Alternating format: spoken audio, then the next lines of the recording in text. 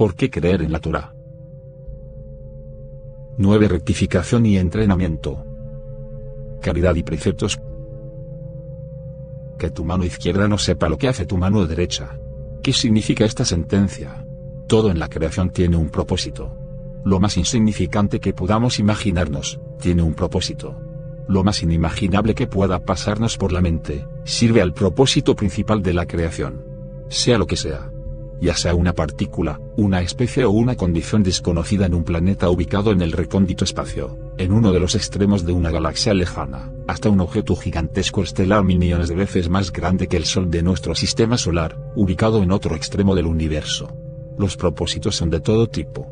Unos más relevantes que otros, pero en últimas, todos conducentes a que se cumplan los principales propósitos, y en definitiva, que se cumpla el propósito de la creación que es Israel.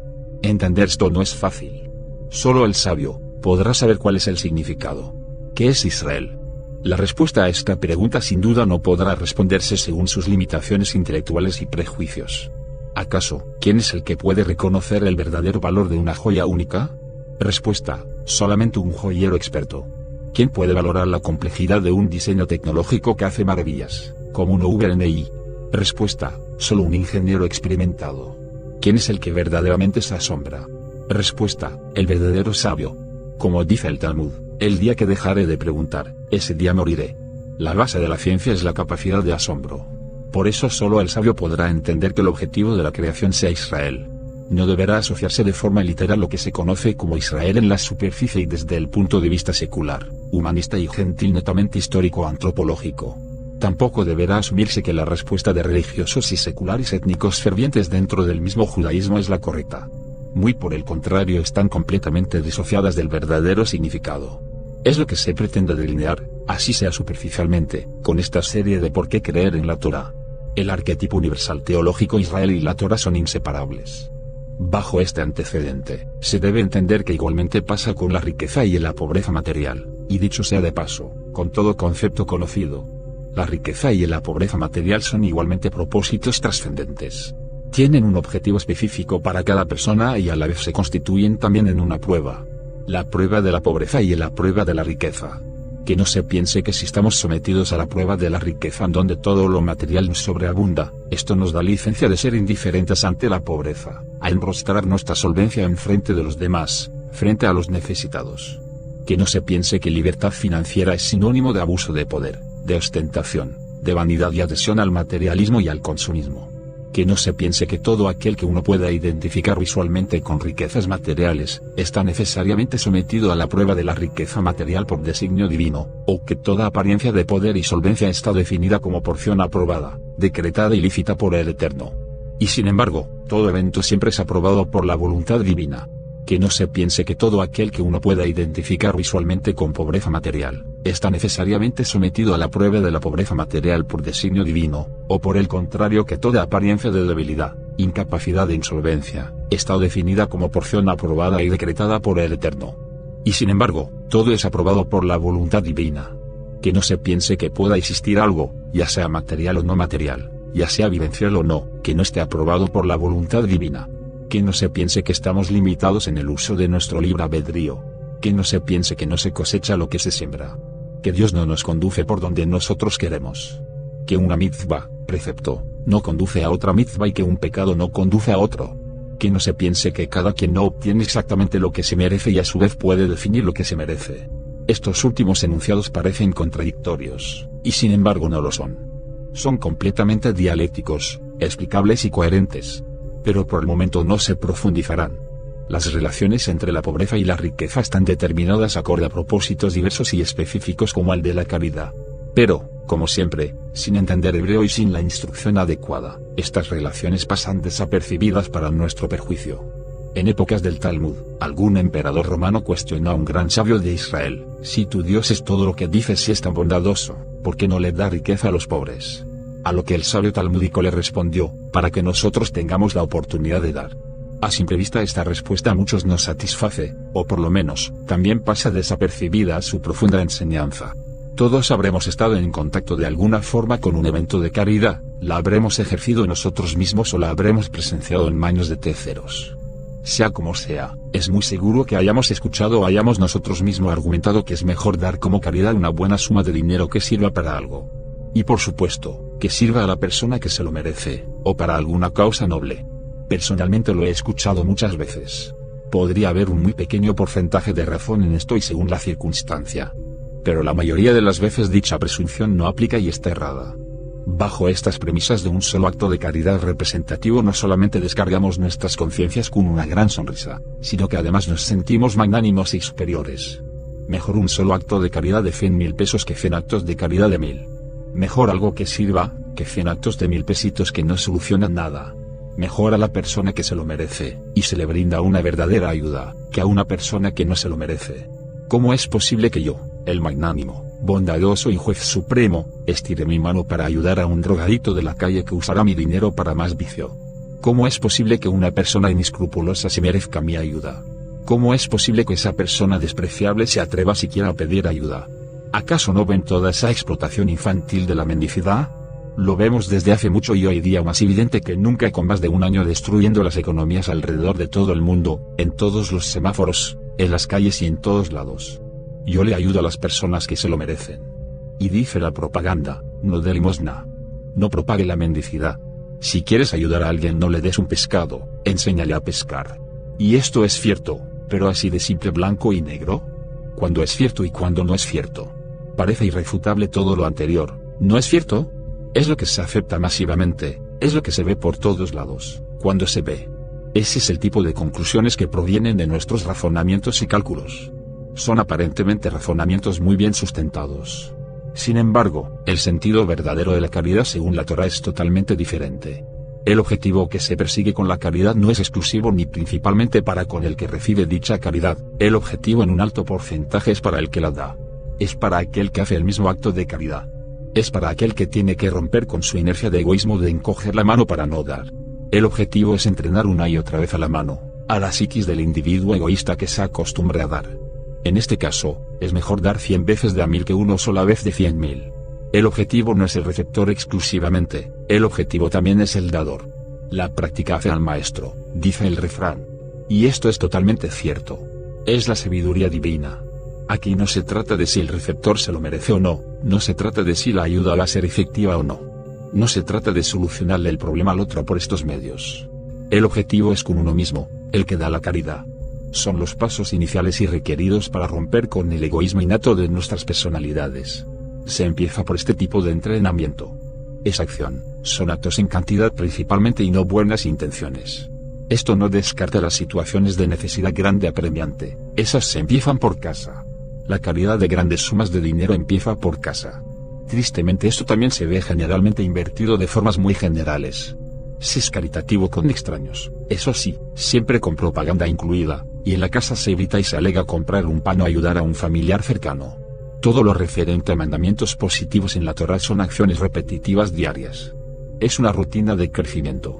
Así sucede con el rezo, con la comida, con las bendiciones continuas de todo tipo, con las prácticas rituales, con el estudio de Torá, con todas las acciones que se ordenan se hagan diariamente y repetitivamente. La caridad de este tipo limosna repetitiva, son como flexiones de ejercicio físico. La responsabilidad del bienestar del receptor no depende en principio de nosotros. Es obvio que $1000 no solucionan un problema. Ese es el problema del creador. La situación de pobreza del receptor es un asunto que en principio solo le incumbe a dicho receptor sumido en la pobreza y el creador.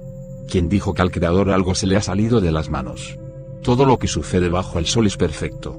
Que nosotros no entendamos es otro asunto.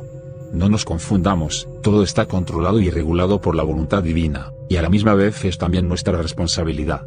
Discernir cuándo es nuestra responsabilidad es el requerimiento del estudio de la Torá. Por eso es un mandamiento. Dios nos quiere dar parte de sus responsabilidades, hacernos crecer, darnos pago, recompensarnos, darnos mérito, pero requiere que nosotros hagamos nuestra parte. Y esa parte solo se logra con conocimiento. Sin este es imposible. Todo viene de arriba ineludiblemente, todo viene de Dios. No depende de ti el resultado, pero no puedes renunciar a tu esfuerzo. Todo viene de arriba y sin embargo también depende de mí echarlo a perder o no. Perfectamente puedo recibir mi pago mensual de salario y perderlo, botarlo, despilfarrarlo, lo que sea. Hay niveles mucho más elevados de caridad por supuesto. Hay niveles de compromiso con el prójimo en donde nos apropiamos de los problemas del receptor y en donde 1000 pesos no son el requisito que se nos exige. Ahí quizás se nos exija 10 millones de pesos. Pero para alcanzar esos niveles de oportunidad de caridad debemos tener mérito. El acto de dar es en sí mismo un mérito, es una oportunidad, y en la medida que crezcamos en este aspecto, Dios nos hará crecer a nosotros, no solo financieramente, sino en todo aspecto de poder y oportunidad para ayudar, en donde no es válido el argumento de Dios es grande, Dios se encargará. Así como mucha gente se excusa, teniendo recursos, diciendo Dios te ayudará, ten fe. Sí, hay que tener la fe absoluta que todo está en manos de Dios, que todo está regulado por su perfecta voluntad, pero eso no nos da la excusa para evadir nuestra responsabilidad de asumir el control cuando la situación lo amerita. Se debe tener la actitud alerta y el discernimiento para identificar en qué momentos estamos siendo sometidos a la prueba de la caridad y seamos nosotros quienes debamos asumir el control. No se le puede decir a una persona que se está ahogando Dios te ayudará. Si no ayudamos en dicho instante la persona necesitada de nuestra ayuda, se ahogará y será nuestra culpa. Se nos juzgará por ello. Y sin embargo, esto no implica una conclusión de que todo está en nuestras manos como se nos impone de forma masiva con los paradigmas depredativos y toda la ingeniería social que viene adjunta. Solo a través del conocimiento podremos reconocer la oportunidad cuando se aparece, la oportunidad de dar y no la oportunidad de dar, como se enseña en los libros de superación. Cuando un pobre viene a pedir nuestra ayuda, en ese instante se debe ser ateo. Ahí no hay Dios para descargar nuestra responsabilidad. Ahí, la vida del otro depende de mí. Es como ya se dijo y valga la pena repetir como si alguien se estuviese ahogando y yo me excuso con el argumento que esa es la voluntad de Dios y no hago nada al respecto y permito que alguien se ahoga enfrente de mis ojos. Igual sucede con cualquier ayuda que se pueda identificar de forma personal. Todo depende de la situación. Obviamente sacrificar la vida en una situación que está por fuera de control y en donde mi ayuda es probabilísticamente imposible y peligrosa para mí, es otra cosa. Se trata de afrontar los retos que son identificables en este aspecto y en donde usualmente tenemos la excusa perfecta para ser muy religiosos, que Dios te ayude. Ahí, tenemos fe perfecta. Y es justamente cuando no deberíamos tenerla. Ahí debemos pensar que todo depende de nosotros y que Dios no va a intervenir, como si Dios no existiese. Caso contrario a cuando verdaderamente debemos entregar nuestra voluntad a Dios. Por ejemplo, cuando vamos en pos de la transgresión y decidimos que debemos robar porque nuestros hijos sufren hambre y decidimos ignorar cualquier reflexión acerca de la voluntad de Dios y actuamos por nuestra cuenta con prontitud. Y que no se extrapole el ejemplo a las típicas distorsiones descalificativas, pues no se hace referencia a una situación de vida o muerte por hambre. Antes de llegar a ese extremo, si es el caso, se debe primero ser mendigo y estirar la mano y pedir ser objeto de caridad. Es una dialéctica que requiere de sabiduría. La sabiduría de identificar cuando el problema nos corresponde a nosotros arreglar y cuando no. Cuando es potestad única del Creador y cuando no. Y no obstante, todo está bajo el control absoluto del Todopoderoso. No sobra aclarar que el tema de la oportunidad, y como con todo concepto, tiene sus marcos de referencias para ser vividos con sabiduría también, y también en los ámbitos materiales de manera lícita. La oportunidad es una realidad que debemos aprender a identificar y a vivir de forma diaria en todas las facetas de nuestra existencia. Debemos aprender a percibirla apenas se presente para sacar provecho en los aspectos lícitos de la vida material y principalmente en los espirituales de crecimiento. Más aún, muchas veces esta realidad, la de las oportunidades, puede convertirse en verdaderos salvavidas ante posibles tragedias próximas. Dicen los sabios de Israel que siempre que un pobre aparece en nuestro camino de forma directa a solicitar ayuda, es un envío del cielo para que a través del acto de la caridad, se borren decretos malos próximos a acontecer en nuestro camino. La caridad borra malos decretos. Así por ejemplo, si está uno saliendo de paseo con su familia, todos acomodados dentro del carro, listos a salir de viaje y de pronto viene un pordiosero a pedir limosna, lo mejor es hacer el acto de caridad inmediatamente. Es un seguro de vida enviado del cielo. Así se debe interpretar. ¿Significa lo anterior que debemos darle a todos los que piden en los semáforos? Es un ejército diario de limosna. Si lo hiciésemos, quizás quedemos también nosotros dedicados al mismo oficio. No significa eso. Pero sí significa tener el conocimiento correcto para que sea una práctica rutinaria, acorde con nuestras posibilidades. Esta falta de claridad en todo, propicia todo tipo de errores y sus respectivas visiones de mundo. Hay algunas típicas dignas de la burla. Como suele suceder en los certámenes de reinados de belleza. A las candidatas siempre les preguntan, si usted tuviese la posibilidad de solucionar algo en el mundo, ¿qué solucionaría? A lo cual ellas, muy orondas y muy inteligentes contestan, yo solucionaría el hambre de los niños en el planeta. Otras también contestan, yo conseguiría la paz mundial. Es decir, aquí implícitamente todos están diciendo que Dios es un completo inepto. A Dios le quedó grande alimentar a los niños de todo el planeta. Dios no pudo pacificar al mundo. Es un incapaz en traer la paz al mundo. Es más, Dios debería contar con la pericia de los genocidas premio Nobel para conseguir la paz. Así concluye la mayoría. Y no obstante, todo es perfecto. Inclusive el Apocalipsis. Cuando uno desconoce estos secretos de la Torá, seguramente su bondad es mentira. Ya se ha mencionado en los anteriores artículos de la serie ¿Por qué creer en la Torá? El mismo Talmud dice que la bondad de los gentiles es mentira. Y no lo dice porque sea una sentencia peyorativa o discriminatoria en contra de los gentiles. También ya se dijo que las referencias de gentil deben entenderse como aquel que desconoce que la Torá es la instrucción de la vida eterna. Es que no hay otra vida, sin este conocimiento y su puesta en práctica estamos muertos y difícilmente podemos considerarnos con vida. Para que la bondad sea verdad, tiene que ir de acuerdo a los lineamientos de la Torá, con los lineamientos más importantes. No por seguir la instrucción divina per se. Así sea con las mejores intenciones. Incluso hay muchos religiosos que estudian Torá, que aparentemente conocen la instrucción de la Torá, hacen mitzvot, preceptos, conocen la legislación halágica, la jurisprudencia de la ley divina, se someten al cumplimiento de los mandamientos porque así entendieron que era el servicio a Dios, incluso son metódicos en vivir sus vidas religiosas, rezan con los libros de rezos hebreos, meditan los nombres hebreos de Dios, son barbudos, usan todas las vestimentas judías, se ponen la kipa en la cabeza todos los días, cumplen Sabbat religiosamente, han leído sobre estos temas, proclaman a viva voz que viven en éxtasis, que sienten placer con cada mitzvah ejecutada, precepto, se inflan, se jactan y sacan pecho igual que el personaje del ejemplo anterior y sin embargo no tienen idea de qué se trata. Conozco personalmente a muchos de este tipo.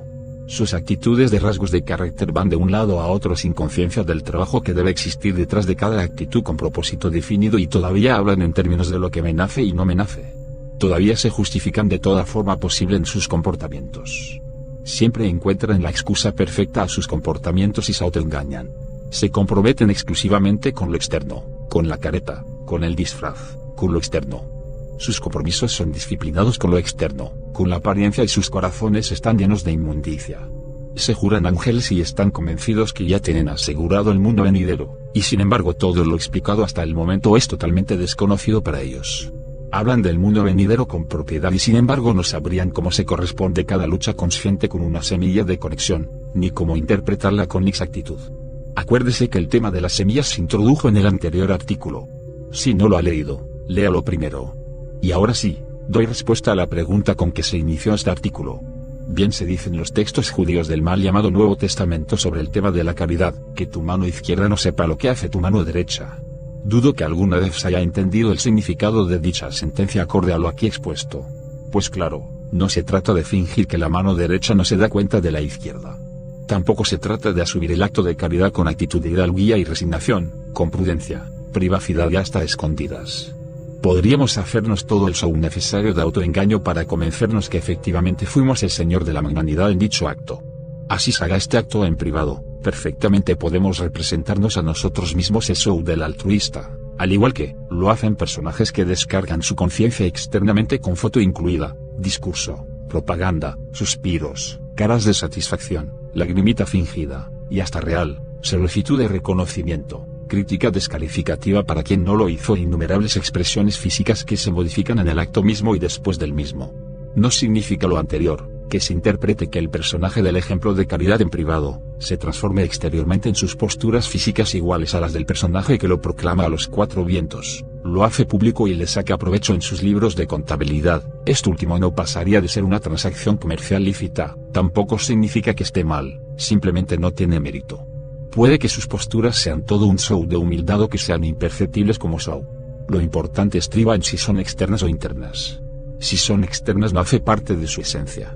Si es externo e inconsciente del trabajo que ello significa, no califica como semilla de conexión. Si es externo y no está agendado como trabajo de autocorrección, como trabajo de tikkun, rectificación, entonces no será una acción repetitiva agendada, será una acción esporádica que se ejecuta como consecuencia de un acto calculado de descarga de conciencia, o como un acto sincero, que se ejecuta porque le nace, igualmente de descarga de conciencia. Ni que sea un acto calculado, ni ejecución sincera que nace esporádicamente se califica como algo malo. De ninguna manera. Si fuese acaso un acto calculado, ¿cómo podría concluirse que es reprochable, cuando al mismo tiempo se está afirmando que el trabajo consiste en una agenda de 10.000 actos calculados? Y si es un acto que nace del corazón, pues fantástico, será más o menos fantástico dependiendo del show que lo acompañe, ideal sin show. La pregunta en este caso es si dicho acto es o no parte de la esencia, o sea, si hay semilla. El acto de caridad que nace puede tener o no tener semilla.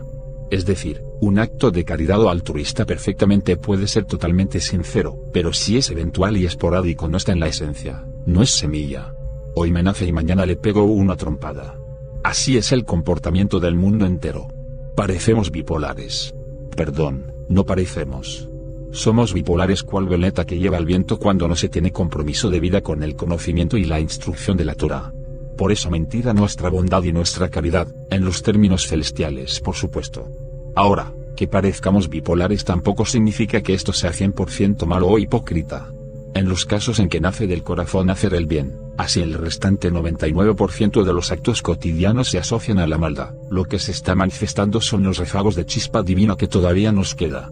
Por lo menos todavía el alma puede protestar ante la esclavitud y aprisionamiento en que se encuentra. Cuando desaparece la chispa divina de nosotros ya no hay posibilidades de manifestar algo de bien. Todo será externo y esencia corrupta. Para la muestra toda la fauna política con sus escenificaciones de todo tipo de trabajo a favor del pueblo. También se lee en la Torá que Dios dice que odia a los hipócritas. ¿Cómo se concilia esto? Cuando se actúa con caretas y disfrazado eso se puede llamar hipocresía. Actuar hipócritamente es maldad. Si planificamos una agenda de actos de caridad para que se ejecuten 10.000 veces en contra de nuestra voluntad, y no precisamente porque me nace, ¿se llama hipocresía? Sin duda alguna al hacerlo contra mi voluntad será un disfraz. De hecho, todas las halajot, leyes de jurisprudencia de Torah, previas a Rosh Hashanah, día del juicio donde se definen las sentencias sobre toda la humanidad y el mundo para el año que sigue, y a Yom Kippur, día del perdón en donde se confirman o se perdonan las sentencias de Rosh Hashanah, establecen que uno se debe disfrazar de tzadik, de justo. Muchos ajenos al judaísmo cuando estudian esto no dudan en juzgar al judaísmo de hipócrita. Todo el año malvado y en el día del juicio hay que disfrazarse de justo. Por otro lado, en el mismo judaísmo se establecen múltiples legislaciones sobre la necesidad de actuar en verdad y que el engaño y la mentira son abominables. La hipocresía es un acto repudiable. Es más, hay cientos de libros y tratados sobre la pureza del corazón de sutilezas inconcebibles a las mentes simples y de razonamientos muy profundos. La verdad en el judaísmo según las revelaciones de la Torá no es cosa sencilla. Es una dimensión inconmensurable. Fingir, manipular, decir una cosa con la boca y otra con el corazón, pensar y actuar sin correspondencia y ser hipócrita, son pecados muy graves. Entonces, ¿cómo es posible que en Rosh Hashanah y en Yom Kippur se nos ordene ser hipócritas? Palabras más, palabras menos, los sabios de Israel y la misma Torá escrita así lo establece. No se ordena ser hipócrita de forma explícita. No se usa la palabra, ni el mandato sean hipócritas. Pero sí se establece y se interpreta que hay consideraciones especiales para estos días. El que no guardó Sabbat en todo el año, que lo guarde estos días y será perdonado. El que nunca rezó, que se levante temprano y haga Selejot, rezo especial de estos días. El que estuvo en juergas y pecados todo el año, que se ajuice en estos días y pare la rumba. El que comió de forma prohibida todo el año, que coma coser en estos días y será perdonado. El que nunca se acercó a Dios en todo el año, que lo busque en estos días y será escuchado. Se pide se sea riguroso en estas acciones y disfraces, pues seguramente nuestra esencia y comportamiento seguirán siendo los mismos después. Es decir, no se puede suponer en este periodo de tiempo, que hoy sí y mañana no. Hay que procurar ser riguroso todos los días del periodo de arrepentimiento. Hay que procurar tener el disfraz puesto lo más posible. No se puede suponer que Dios siendo todopoderoso pueda no ser engañado hoy, pero mañana sí. Tampoco se puede suponer que esto obedece a una regla aplicada en el catolicismo tipo el que peca y reza empata y vuelve y juega. Ni el catolicismo con esta sentencia, ni los críticos de la misma tienen razón. Los seculares, ateos, antirreligiosos, críticos de la Biblia y más si es antisemita, se dan gusto potencializando todo su intelecto, elucubrando y haciendo gala de sus más finos artes del pensamiento, ahí sí, para encontrar lo que más puedan de razonamientos de crítica y descalificaciones a las absurdas legislaciones bíblicas y judías. Encontrarán más que terreno fértil acorde a las formas corruptas de pensamiento que nos rodean, para justificar su burla y sapiencia. y hasta con cierta razón argumentan que el Dios de la Biblia es un hipócrita o que todo lo escrito es un invento prehistórico absurdo de los judíos cavernícolas de la época. ¿Cómo es posible que un Dios que se interesa por la moral y los pecados de los hombres, cada año y de forma repetitiva, se hace el de la vista gorda con los pecados cometidos en todo el año y perdona si se siguen sus instrucciones en determinada época del año? ¿Cómo es posible que se exija pureza de corazón, cuando todos los años volvemos a los mismos pecados una y otra vez? Pareciera que toda la representación religiosa no tiene sentido ni se ajusta a la verdad y esencia de la persona. Conclusión: ese Dios debe ser falso. No solo es falso, se contradice en todo, se encuentran con la dialéctica exegética bíblica y se vuelven locos. Argumentan que todo el servicio religioso es falso, que las personas disfrazadas son falsas, y que toda la estructura alrededor de la liturgia religiosa y su fundamentación, no solo es absurda, sino un mecanismo de estafa para ignorantes. Tristemente esta descripción se ajusta a la perfección a muchas prácticas dentro del cristianismo, catolicismo y todas las religiones. Entonces, ¿cómo podemos concluir? Se nos pide pureza de corazón y sin embargo estamos hablando que hay una metodología de disfraz y que además está legislada en la misma Torá. Dios odia la hipocresía y sin embargo acepta un disfraz por cierto periodo de tiempo, sabiendo que nuestra esencia interna es corrupta y que todas las muestras de sometimiento durante los días de arrepentimiento son falsos en el corazón, que no hemos cambiado nuestra esencia y que pasadas las convocaciones santas de Rosh Hashanah y Yom Kippur volveremos a ser los mismos corruptos de siempre. Se critica a los personajes que descargan sus conciencias en actos externos de caridad, y así con cualquier rasgo de carácter o conducta moral, reprobando el autoengaño de quienes se enorgullecen de su acto caritativo, mientras que su ser interno permanece igual de egoísta e incoherente. Se critican las posturas externas y show, interno o externo, público o privado, de acallar la conciencia, al mismo tiempo que se critica que dicho acto haya nacido de su interior en un arranque de generosidad.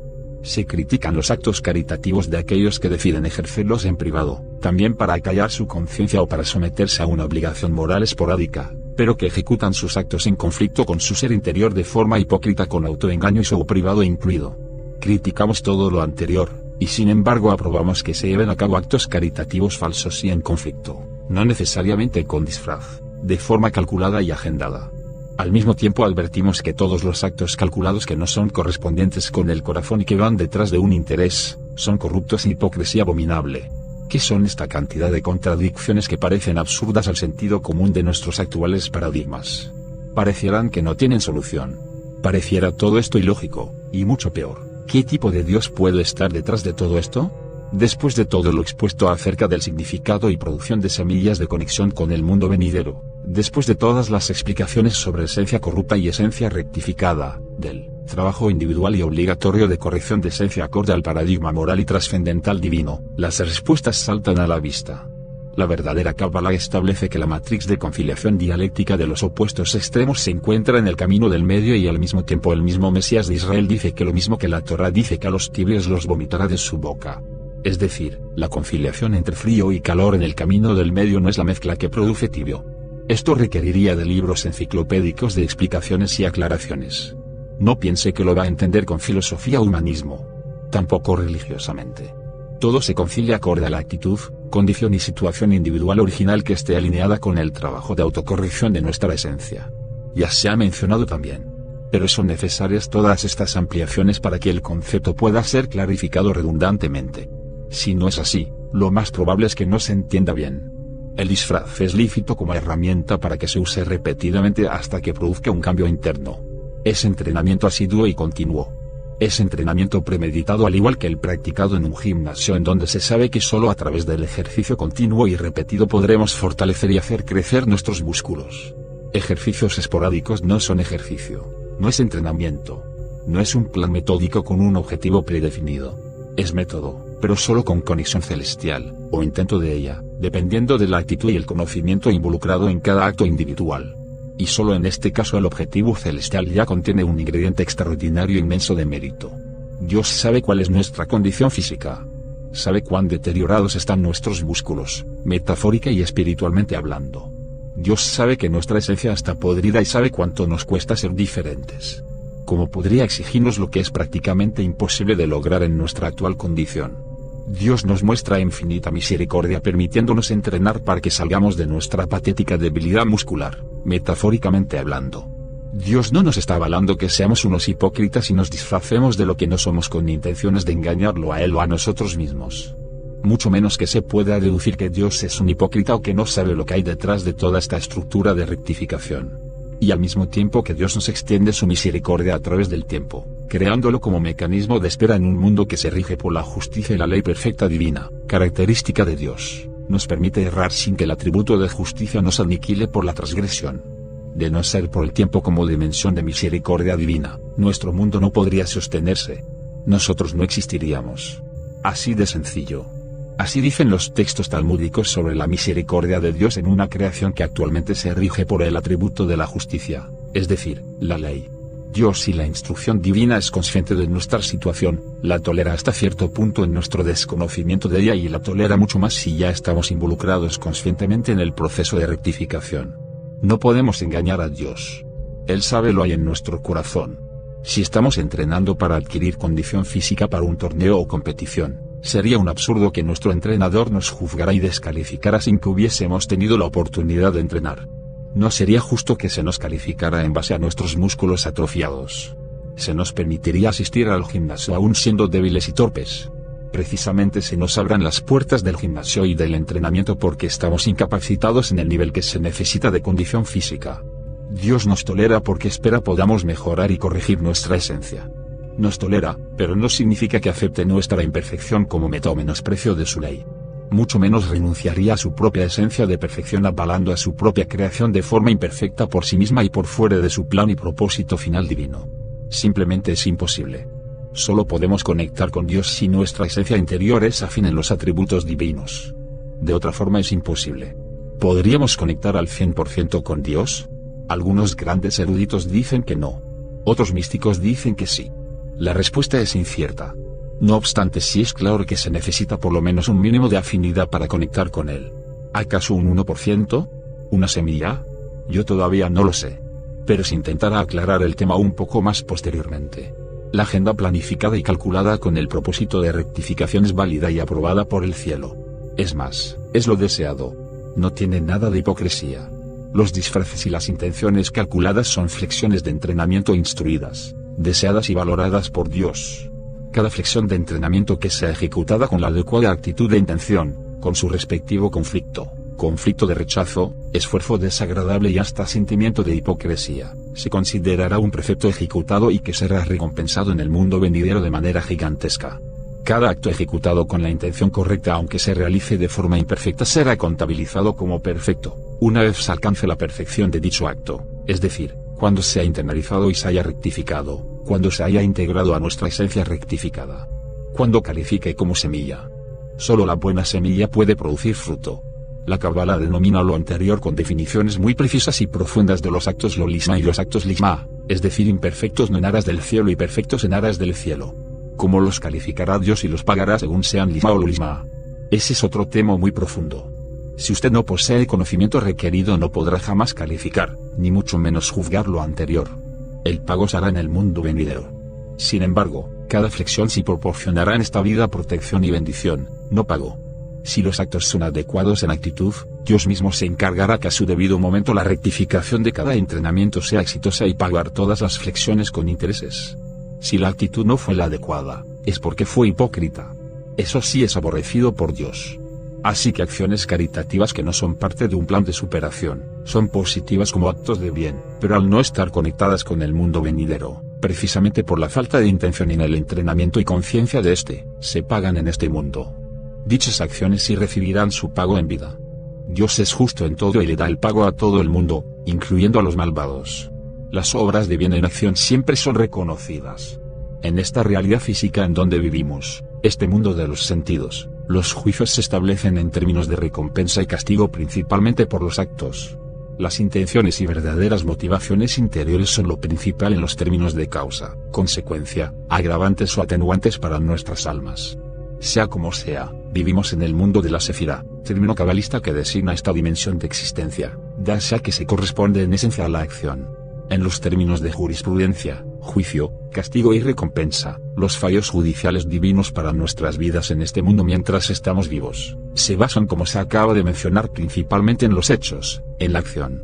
Esto explica las aparentes contradicciones típicas dialécticas de enseñanzas de la sabiduría de la Torá, en donde por un lado se concluye que somos juzgados por nuestras acciones, mientras que en otras se dice que lo somos por nuestros pensamientos. Todo depende siempre de los marcos de referencia en donde se hace la enseñanza. Nunca podrán interpretarse como contradicciones absurdas, como concluye todo ignorante de Torá, ni relativismo corrupto. La obra de bien sin agenda de rectificación de esencia, se considerará como tal, es decir, como obra de bien en este mundo, digna de pago en este mundo, siempre y cuando sea una obra de bien que sea sincera. Aquí son completamente válidas las expresiones con las que se identifican todas las masas ignorantes cuando quieren resaltar su moralidad. Yo no soy hipócrita, yo hago lo que me nace, yo digo lo que me nace, yo digo las cosas de frente, etcétera, etcétera. Lo que nazca del corazón o de la intención sincera no será obra de bien por sí misma, por el solo hecho que nazca del corazón. Debe tener las características de obra de bien. Por ejemplo, un acto de caridad. Parecería fácil identificar con certeza una obra de bien, nada más alejado de la realidad. Requerirá de profundos estudios de Torá. A Dios y al cielo no se le puede engañar.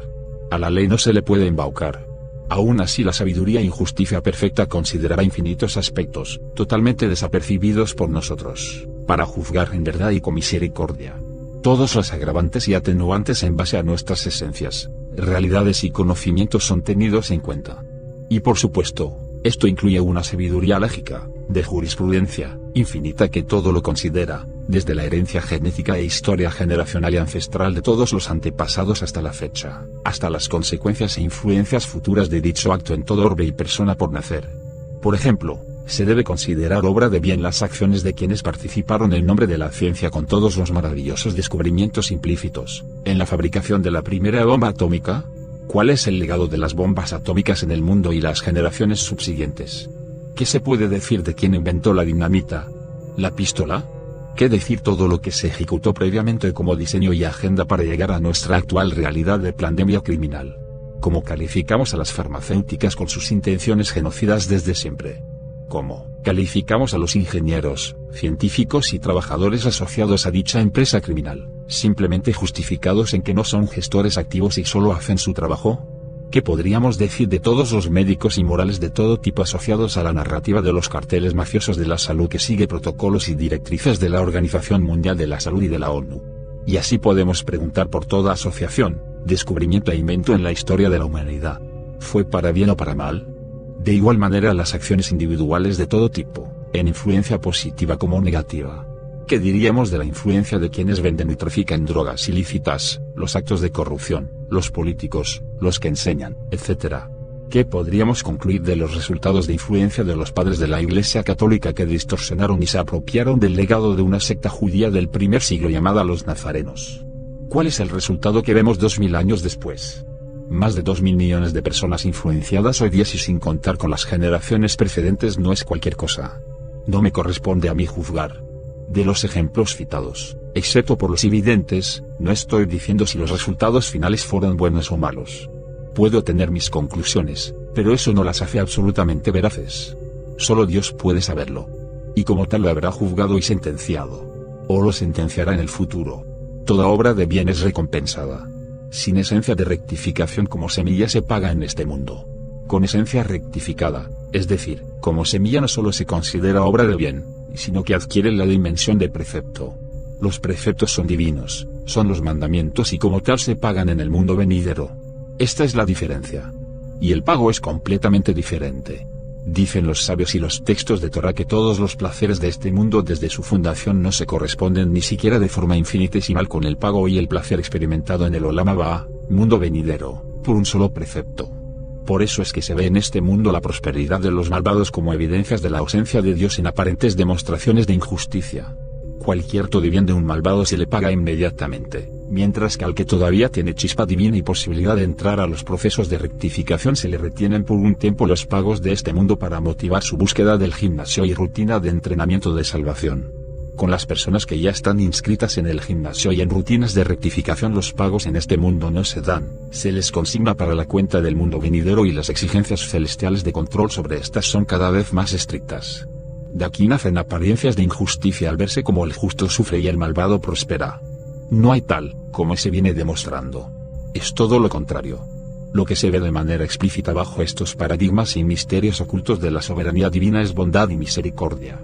El profano malvado se burlará de todo lo anterior. Y como no se va a burlar si sus conclusiones provienen de la forma como las falsas religiones han vendido de formas estúpidas, infantiles y fantasiosas todas las promesas de paraíso y demás realidades espirituales. Todavía hay muchos más detalles que explicar sobre la paga en el mundo venidero con preceptos ejecutados. Los preceptos no solo se corresponden con el trabajo de rectificación de nuestra esencia.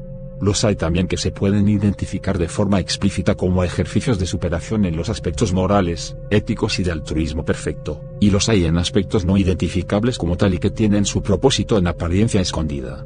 Pues hay preceptos que son de cumplimiento entre el hombre con hombre y los hay entre el hombre y Dios.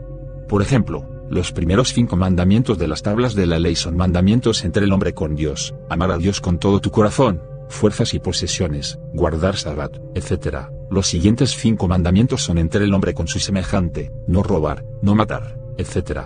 Por supuesto, los 10 enunciados como 10 mandamientos es un código que se extrapola a 613 mandamientos, 248 positivos y 365 negativos.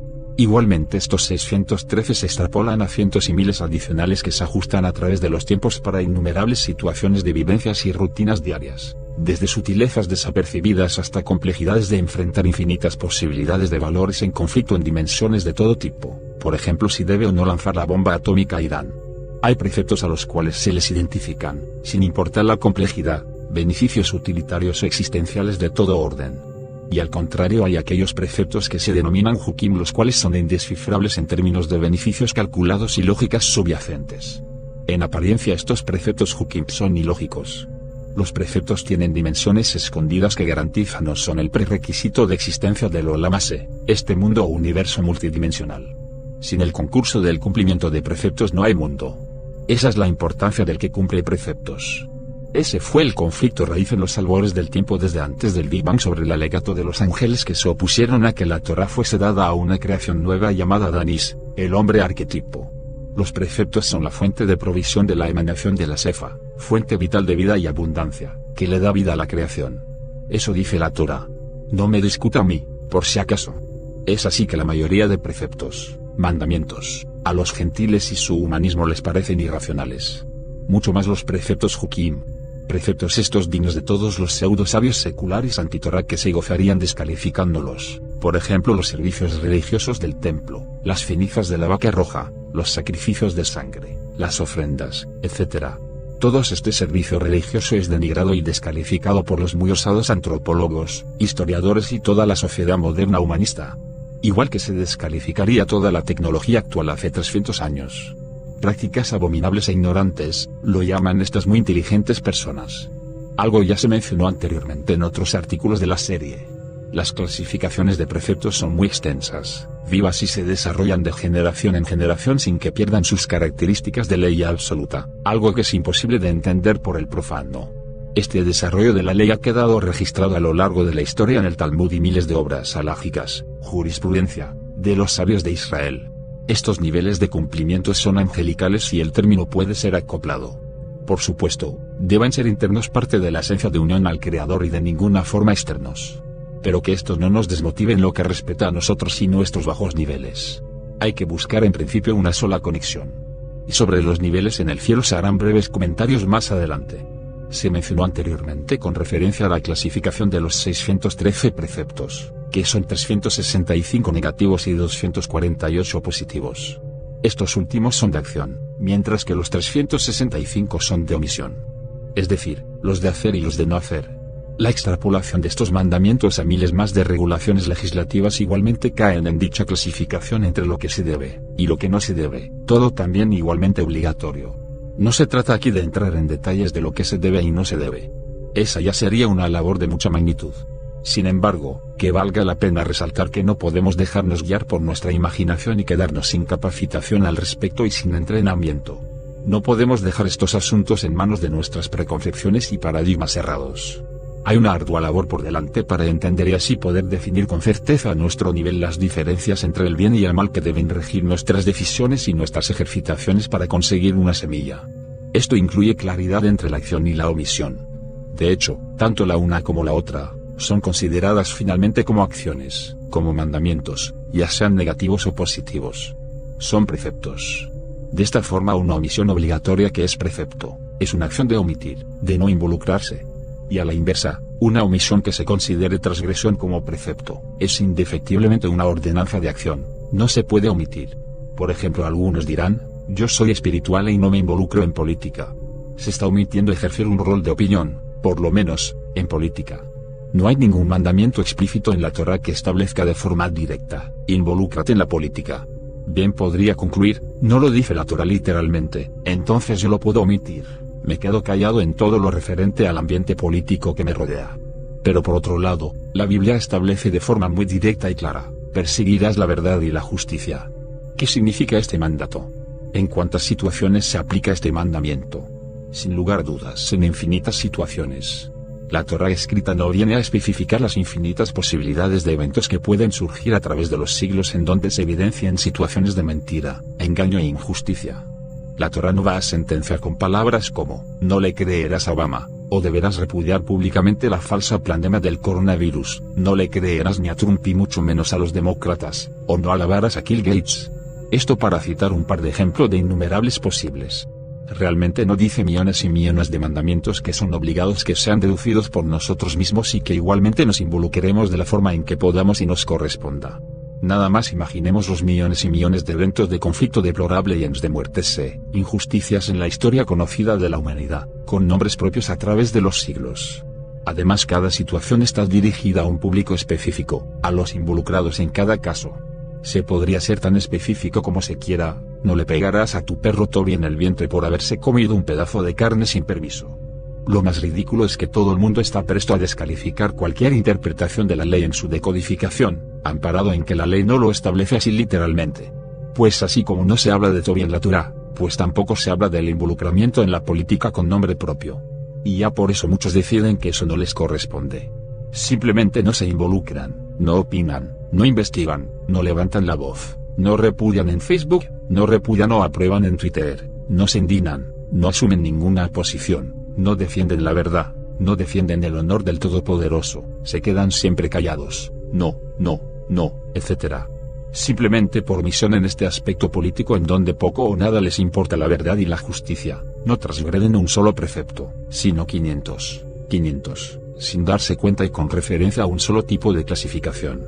Por ejemplo en Colombia, y que cada cual lo extrapole a su propio país, si es que puede, no lo hicieron con Samper, ahí van 500 pecados, no lo hicieron con Gaviria, ahí van otros 500, no lo hicieron con Faxantos, ahí van otros 5000.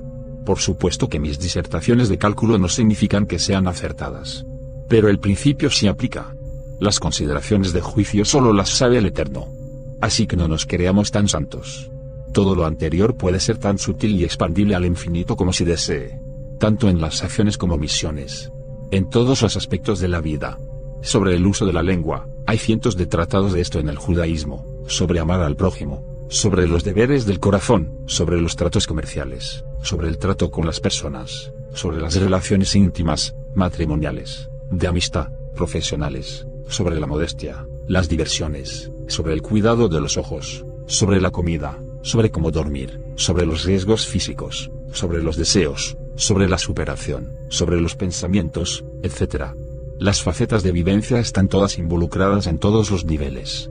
Al final uno debe terminar elaborando su propia Torá, así lo establecen los sabios, por supuesto, basada en la Torá. Es conveniente que uno trabaje en hacer listas de superación en todas las áreas de su vida, así no se conozca la Torá todavía. Las listas ayudarán a que uno mismo se autodiagnostique en todo sentido con objetiva. Hay que tratar de encontrar el mal en uno mismo en miles y miles de facetas y hacerlo explícito al consciente.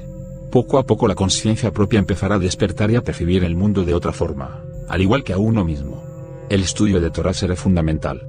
Esto nos permitirá saber cuáles son los ejercicios de entrenamiento de rectificación requeridos para empezar a trabajar en ellos. Estas ejercitaciones se convertirán en preceptos y con la ayuda de Dios en semillas de vida eterna. Cada uno deberá ejercitarse de acuerdo a su nivel. Exactamente igual que en un gimnasio, si se permite la expresión y semejanza. Todo depende de los músculos y condición física de cada cual. Así como hay personas altas y muy fuertes, las hay bajitas y débiles. Asimismo las hay con condición y sin condición física. Esto lo podemos entender y aceptar en los aspectos evidentes físicos de nuestras apariencias físicas. Sin embargo, cuando lo extrapolamos a condiciones espirituales, todo el mundo se queja, se asusta, o cuestiona, simplemente si se percata de las diferencias existentes entre niveles o percibe la tarea por delante percatándose de su bajeza o incapacidad. Desestiman inmediatamente el esfuerzo espiritual que tienen por delante por el motivo que más les convenga. Por ejemplo, pueden descalificar porque verifican el nivel de la práctica judía. Entonces la conclusión será, ¿y es que acaso no todos somos iguales? ¿Acaso los judíos que tienen mejor? Puede que no lo formulen abiertamente, pero implícitamente, en el mejor de los casos, concluirán que siendo iguales como personas a alguien que espiritualmente se esfuerza denodadamente en su trabajo de superación trascendente, su propia condición actual en nada debe cambiar para parecerse a la otra persona, descalificando el esfuerzo y trabajo de la otra persona y su misma conveniencia de hacerlo igualmente. Mucho peor, si considera que la otra persona no es igual a ella porque concluye que dicha persona es peor, o está loca. Ni hablar si el tema se sustenta en prejuicios. Y en el caso específico del judaísmo, si se es antisemita ya sea explícitamente o implícitamente.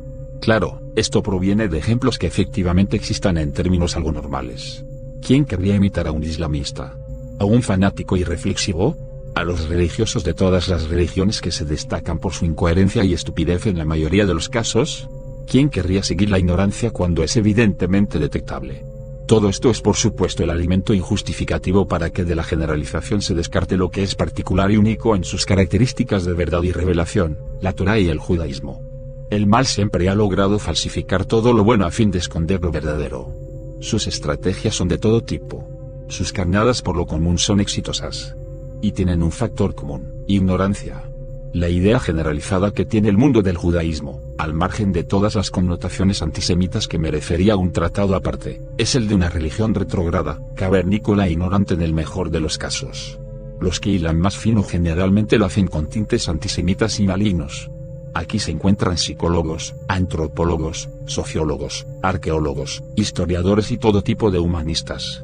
Sus corruptas y deshonestas elucubraciones los lleva a plantear mitos y fantasías de dominación de una secta liderada por un tal Moisés que copia mitos de otras civilizaciones y las traslada a sus tribus con fines de dominación y poder. Se elaboran teorías y esquemas del judaísmo como un pueblo malvado que atenta contra las pobres civilizaciones circundantes. De esta forma se vende la idea de una religión que manipula a sus seguidores o que tiene pacto con Satanás. Hablan del Satán y sin embargo no saben nada de lo que significa y lo gigantesco que es abordar el tema del mal y las huestes de Satanás. Sea como sea y sin entrar en detalles, se piensa que la práctica religiosa judía es ignorante y absurda. Esa percepción es todavía peor cuando se traslada a las obligaciones de los mandamientos. Más aún cuando vemos la confrontación de principios de obligación morales que restringen nuestros instintos normales o degenerados con postulados progresistas e ideologías modernas transgénero como aquella tan de moda, que reza, no se nace hombre o mujer, sino que se llega a serlo. Ya se mencionó anteriormente. Si este es el nivel de reclamo de dichas filosofías y sus seguidores, imaginemos nada más las objeciones a cuestiones infinitamente más normales y sencillas como la de no robar. Podemos ir más lejos aún.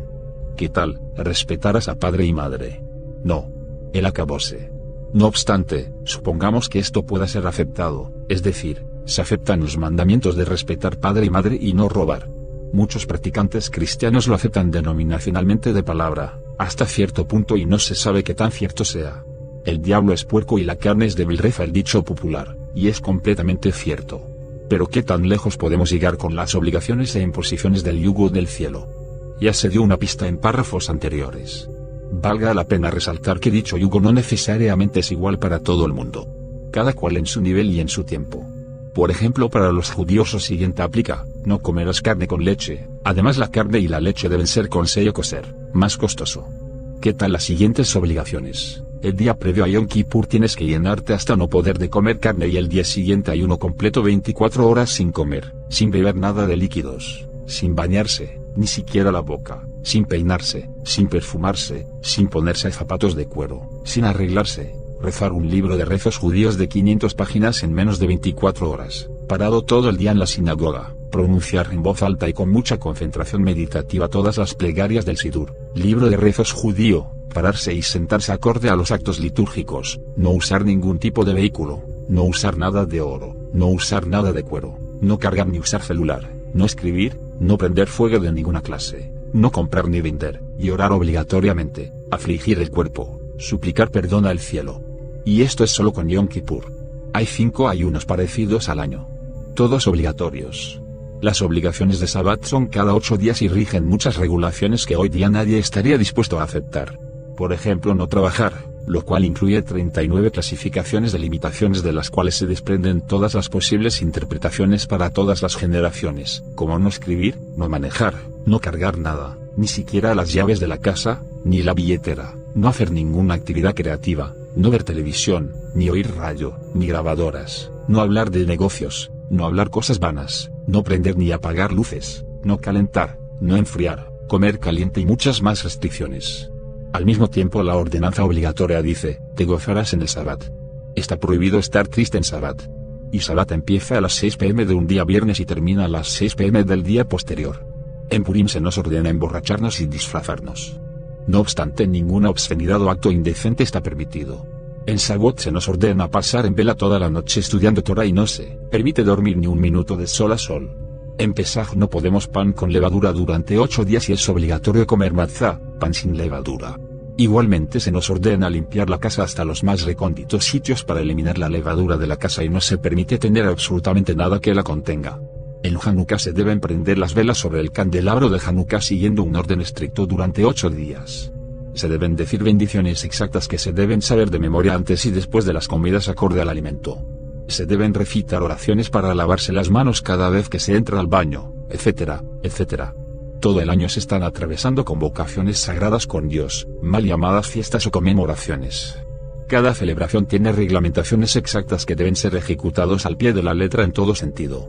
Se deben hacer los rezos respectivos que se corresponden a cada fecha y que son, al igual que en Yom Kippur, libros de 300 páginas o más llenos de reglas y pronunciación en hebreo. Todos los días se deben hacer los rezos de Shacharit, Minja, Arbit y Shema Alamita.